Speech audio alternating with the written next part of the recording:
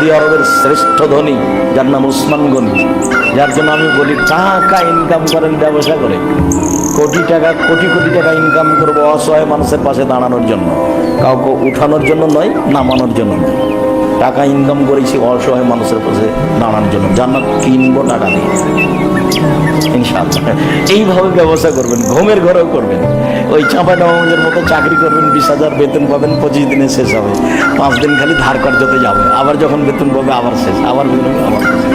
বাপ্পা যদি 200 টাকা যায়, আম্মা এ মাসে হলো না, সামনে মাসে দেখি, এইভাবে জীবন যাবে।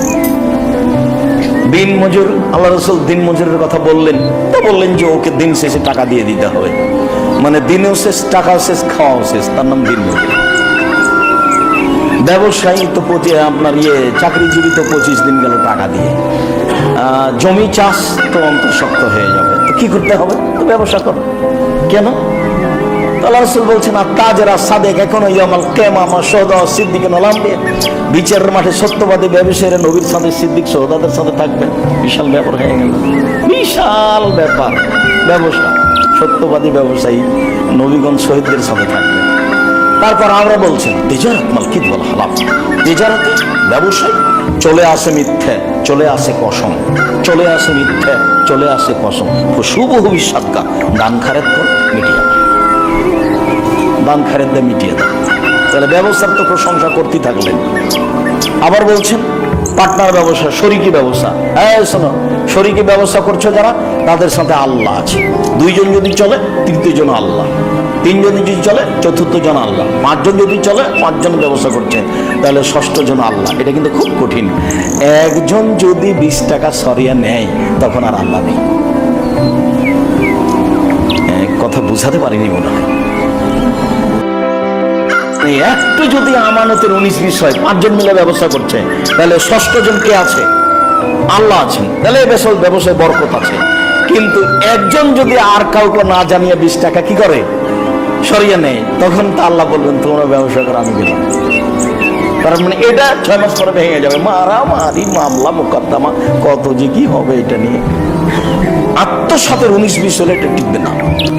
আল্লাহ রাসূল যেখানে বললেন সত্যবাদী ব্যবসায়ী, ব্যবসা করে, ব্যবসা করাই ভালো, রুজি ব্যবসা করে করাই উত্তম। কলা দিয়ে শুরু হবে, চকলেট দিয়ে শুরু হবে, লোন দিয়ে নয়। অন্তত 30 বছর লাগবে একটা পর্যায়ে যেতে, ব্যবসার একটা পর্যায়ে যেতে অন্তত 30-40 বছর লাগবে। একদিনে ব্যবসায়ী হওয়া যাবে না। আর এমনভাবে ব্যবসা শুরু করতে হবে, লজ্জার কিছু নেই। মাস্টার ডিগ্রি পাস করেছি, MA পাস করেছি 14 বার ব্যবসা করার জন্য, মানে পয়সা ইনকাম ব্যবসা দিয়ে করবো, এই জন্য মাস্টার ডিগ্রি পাস করেছি, অন্য কিছু না। এটা মাথায় থাকতে হবে। ব্যবসা করে পয়সা উপার্জন করবো, ছেলে মেয়ে হবে, আহল পরিবার, সম্মিলিত দিনী ভাই বোন। তো আল্লাহ যখন বললেন রাতে দিন করো, দান করো, দিনে করো, প্রকাশ্যে করো, গোপনে করো, তাহলে 3টা সুবিধা আছে। 1, ফালাহুম আজরুহুম ইনদা রাব্বিহিম, প্রতিদান তাদের প্রতিপালকের কাছে আছে। 1, 2, ফালা খাউফুন আলাইহিম, বিচারের মাঠে কোনো ভয় ভীতি থাকবে না। কি যে হয় আমল নামা ডান হাতে না বাম হাতে, দুশ্চিন্তা। 3, আল্লাহুম ইয়াহজানুন, কোনো চিন্তা থাকবে না, নির্ভীক বিচারের মাঠে ঘুরবে যারা, দানকারী যারা, যাদের বিচারের মাঠে কোনো দুশ্চিন্তা থাকবে না। এই কথা আল্লাহ তাআলা বলেন। আল্লাহ তাআলা বলেন আল্লাযীনা ইউনফিকুনা ফিস সাররাই ওয়াজ যাররাই ওয়াল কাযিমিনাল গায়জ ওয়াল আফিনা আনিন নাস, ওরাই সফল মানুষ, বড় জান্নাত পাবে। সচ্ছল ব্যক্তিও দান করে, অসচ্ছল ব্যক্তিও দান করে, সচ্ছল অবস্থাতেও দান করে, অসচ্ছল অবস্থাতেও দান করে। তাহলে তো আল্লাহ সবাইকে দান করতে বললেন। এই কথাটা আল্লাহ রাসূল বলবেন। দেখেন পরের আয়াতগুলো হচ্ছে অল আফিনান অল কাযিমিন আল গায়জ ওয়াল আফিনা আনিন নাস, মানুষকে মাফ করে আর রাগ দমন করে। মানুষকে মাফ করতে শিখবেন। যা করেছে, আপনার বিরুদ্ধে মামলা করেছে, জেল জুলুম করেছে, অন্যায় গালি দিয়েছে, মাফ করলাম। গড়ানে মাফ করতে থাকবেন মানুষকে, যা হবে হবে তাকদীরে। বাঁচতে এসেছি মাত্র কয়দিন, মানুষের প্রতিশোধ নেব না, জীবনে প্রতিশোধ নেওয়ার জন্য দিন কাটাবেন না। সিলেটের ওসি বলছে মামলা তো আমি চালাবো, সিগনেচার করেন না। যে জনাব, আমি মানুষের বিরুদ্ধে মামলা করব না। সে আমার কি করছে কি করবে সেটা আমার কথা না। আমি মামলা করব না মানুষের বিরুদ্ধে, মামলার নামে আমি পয়সা খরচ করব না।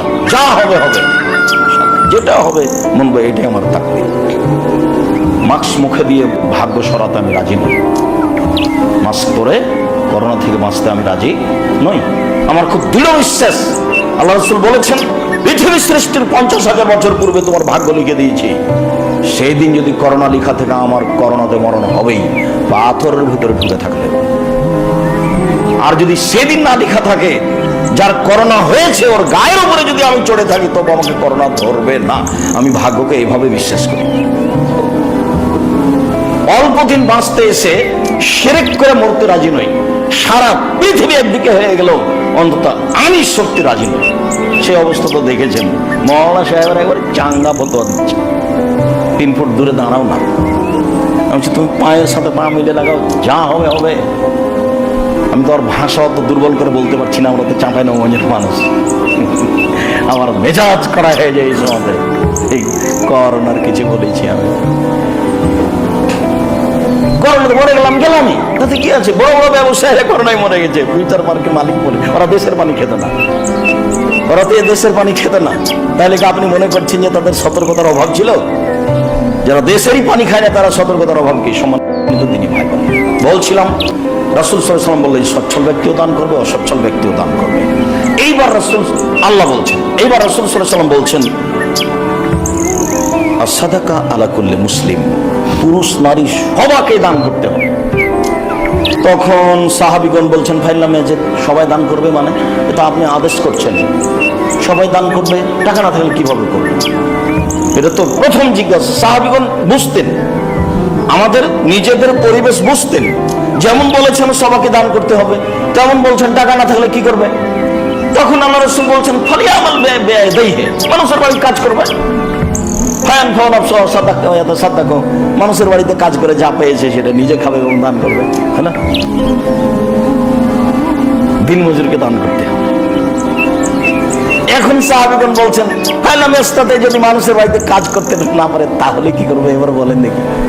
আল্লাহ রাসূল বলছেন ইউনিতাল হাজাতিল মালহু, অসহায় মানুষের সাহায্য করবে। অসহায় মানুষ কিভাবে সাহায্য? ভ্যানটা ঠেলে দিবেন।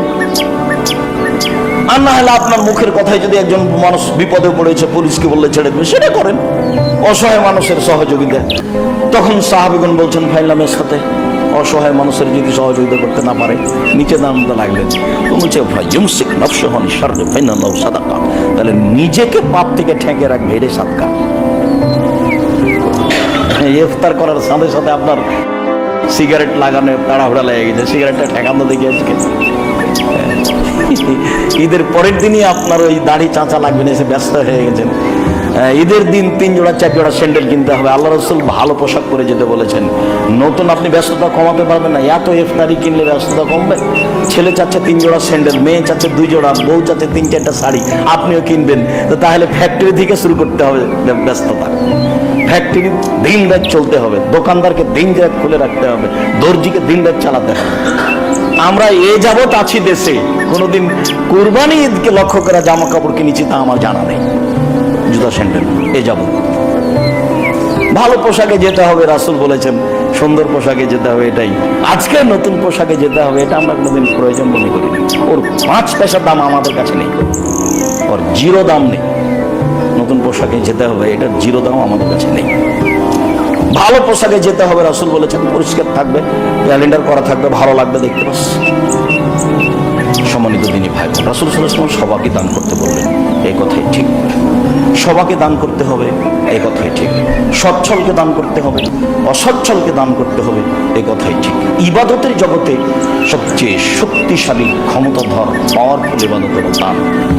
ইবাদত, এই কথাটা মনে রাখতে হবে। ওই লোকটা তার প্রয়োজনে চেয়েছে, আমার মনটা যেন তাকে দেখে দুর্বল না হয়, মনটা যেন আমার ফুর্তি থাকে।